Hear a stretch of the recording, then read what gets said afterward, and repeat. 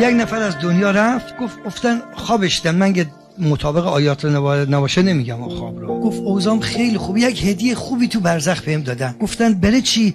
گفت پشت ماشینم یک دو تا جمله نوشته بودم، همتون میتونید بنویسید، نوشته بودم برای سلامتی و فرج امام زمان صلوات بفرسته. هر کی از پشت ماشین ما رد شد این رو دید، همه امام زمان دوست دارن، خب یک صلوات فرستا. چقدر قشنگه ها. این میشه چی آقا؟ صدقه جاریه. حالا از او برش سنت حسنه میتونه سنت سیئه هم بگی درست کنه. حضرت زهرا فرمودن اگر مردم بر ولایت امیرالمؤمنین جمع می شدن هیچ گناهی زیر آسمان کبود انجام نمی شد، هیچ حقی ضایع نمی شد، به هیچ مظلومی ظلم. هر چی توی 1400 سال گناه شده، ظلم شده، یک نسخه از آتیشش رو انداختن بره قبر او، گور به گور رفته ها که حق امیرالمؤمنین رو غصب کرد. خدای آن با آن عذابشون رو زیاد کن. سنت سیئه گذاشتن دیگه.